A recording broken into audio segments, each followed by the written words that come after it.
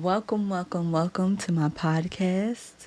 Uh, this is voiced by Brianna, and I am Brianna, also known as Brianna's Rain. So, I want to get into talking about a few things.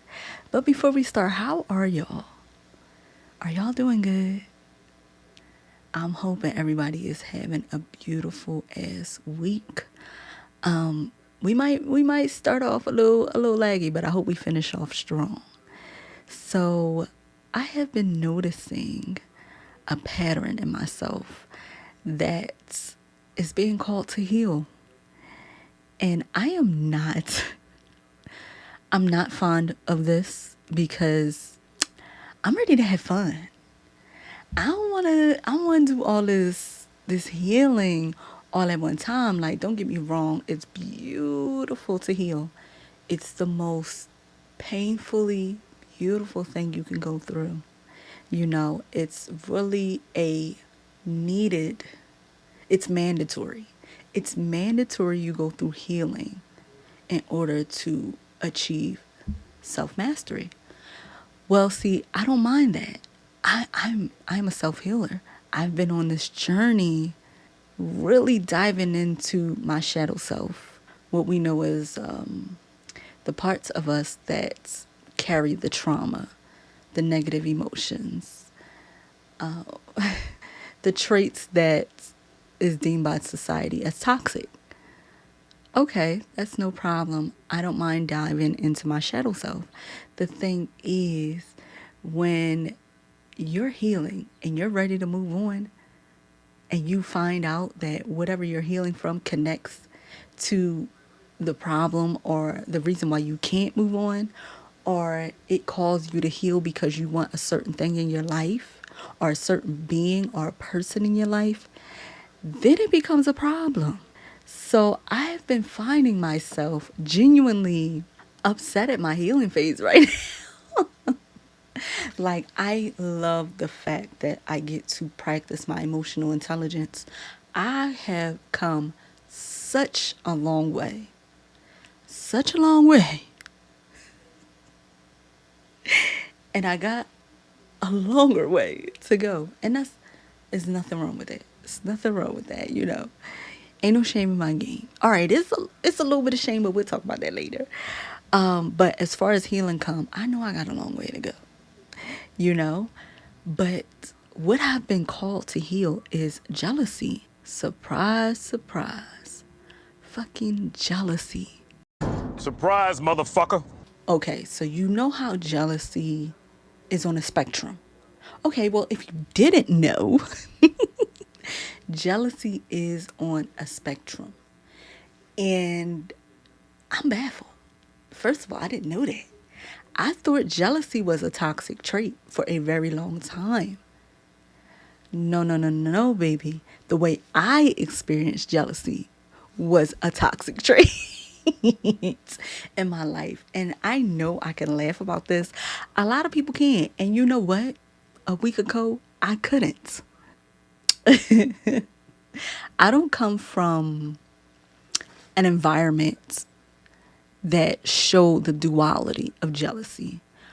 I don't come from an environment that showed a lot of emotional intelligence and healthy habits that jealousy might have thrived in, or not thrived, but shown itself in a healthy way.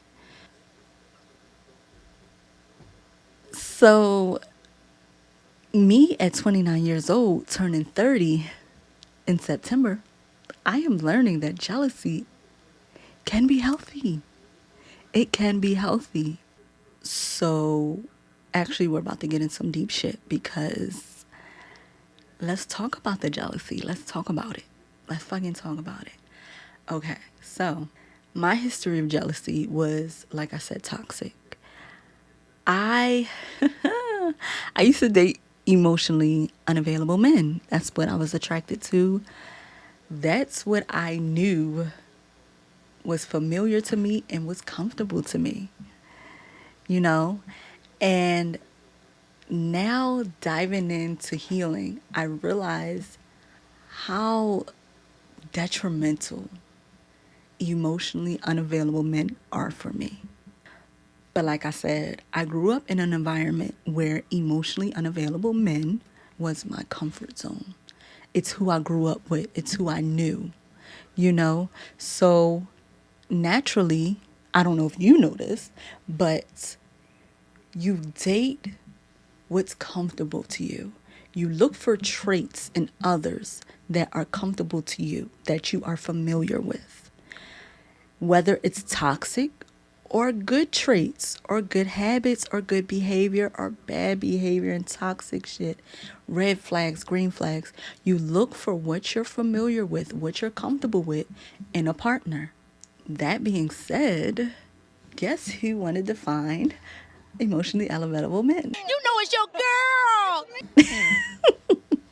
Guess who was attracted to that toxic shit without truly realizing it? You know, and that's a lot of us. That's a lot of us. I'm not alone. I'm just not ashamed to admit it. You know, I am, like I said, I'm healing and I'm also comfortable with myself, where I am, my growth, you know, and I can look back at these things and say, yeah, that was some toxic shit I used to do. Yeah, why the fuck would I allow that person to do that to me? Yeah, I was very clingy and almost obsessed, and it's not good. You know, I can say these things, and you know what? It is what it is. It is what it is. Am I shitting on myself? Sometimes I get a little overboard. Sometimes I get a little over analytical. Yes. But for the majority of it, I'm just acknowledging what habits I had back then, the behavior I had, and then I'm coming into growth. And I know where I stand now, and it's not there. You get what I'm saying? So, anyway, yeah. So I had that emotionally unavailable. Ooh, I like it. He don't really show that much emotion. It wasn't so much a physical turn on.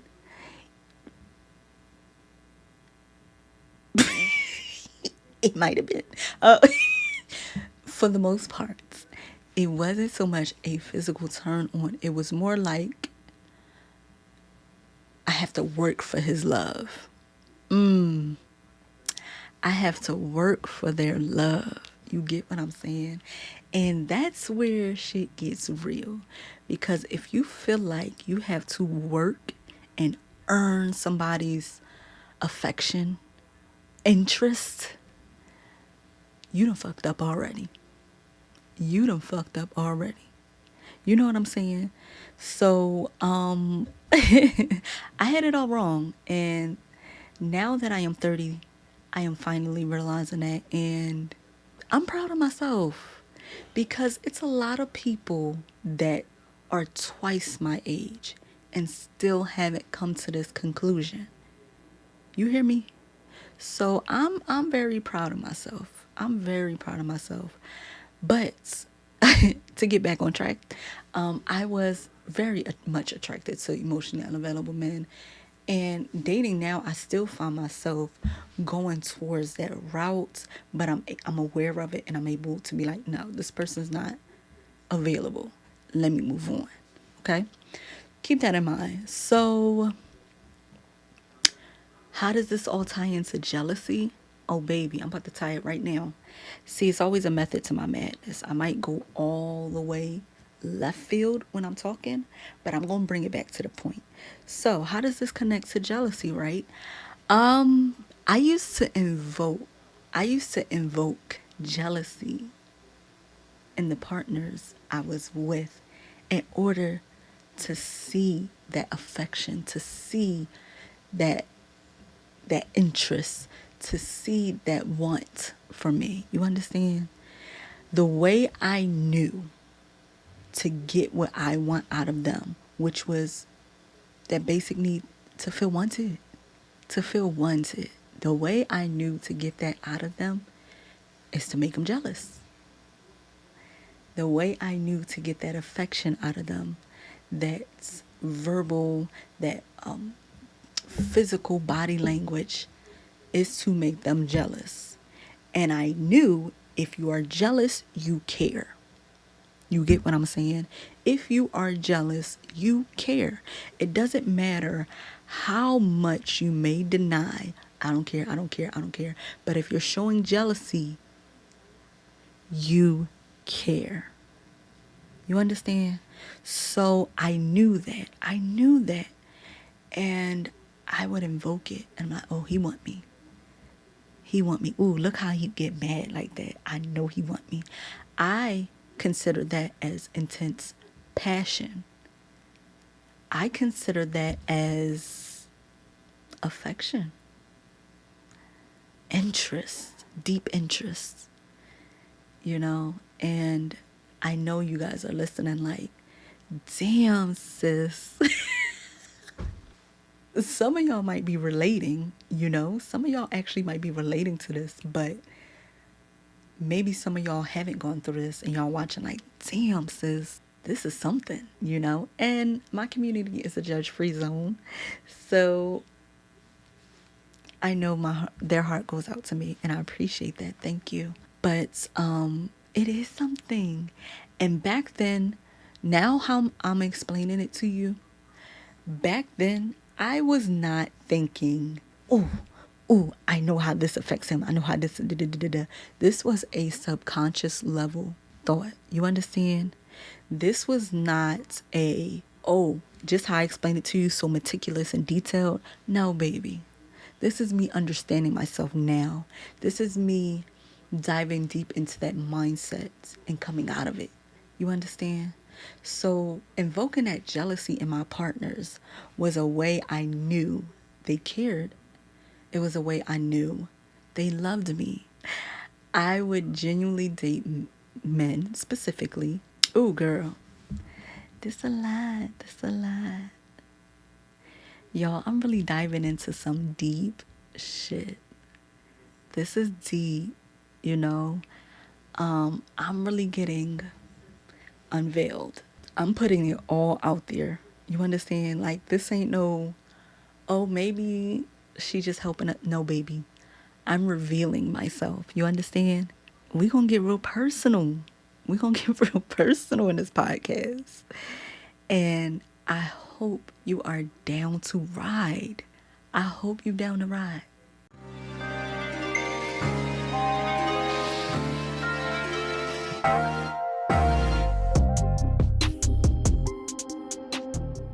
I had this trait. It wasn't like, oh, I was doing this. No, I had dated these type of men all my life. You know, on my what 15 years of dating. Yes, but I had dated majority of the partners I had was emotionally unavailable. And when I realized the patterns that all my partners have, just different faces, I realized, okay, it's something going on here. It's something that I'm doing. It's certain things. It's something that I'm attracted to that I need to take a deep look at. So I had got so good at bringing out the jealousy in others, not friendships, but in my partners, that I did it on a subconscious level. Like, I was not even aware that I do it. It was like, no matter what the scenario was, I knew how to get it out of them. And let me clarify this. When we talking about jealousy and that being my toxic trait, that I'm attracted to, I'm not saying that I would go cheat. I would go flirt with other people. I would go do some outlandish shit in order to get this person angry, hurt, upset, emotional, just to know they care. No, no, no, no, no, no, no, no, no, no. I wasn't doing that kind of stuff. I was more like, first of all, I've never cheated in my life. I've never cheated in my life. I've tried to cheat.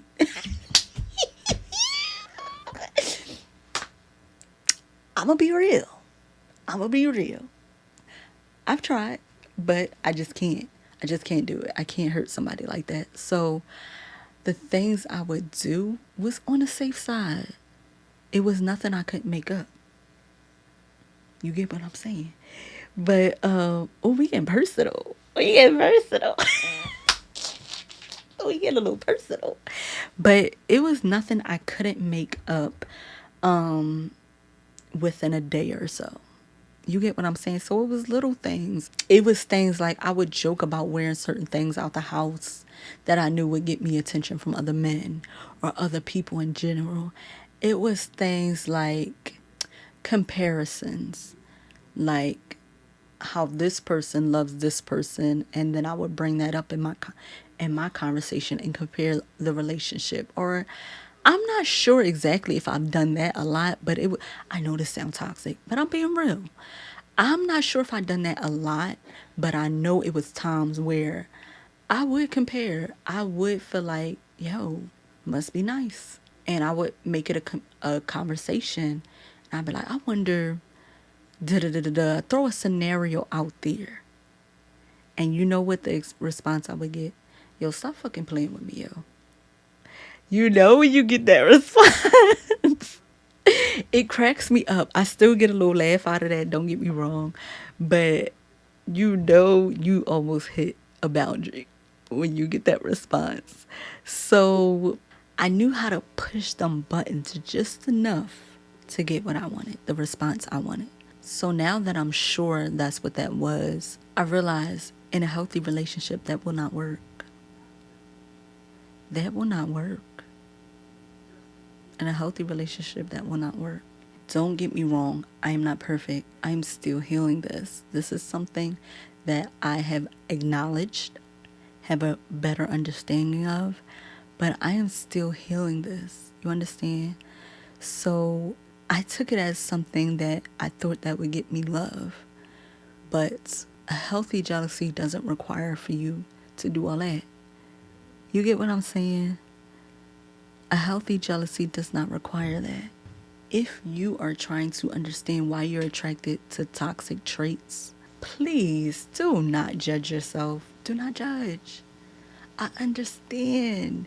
It's like turning a mirror and seeing the most hideous creature, and realizing it's you, and that's hard to swallow. No, it do not work like that.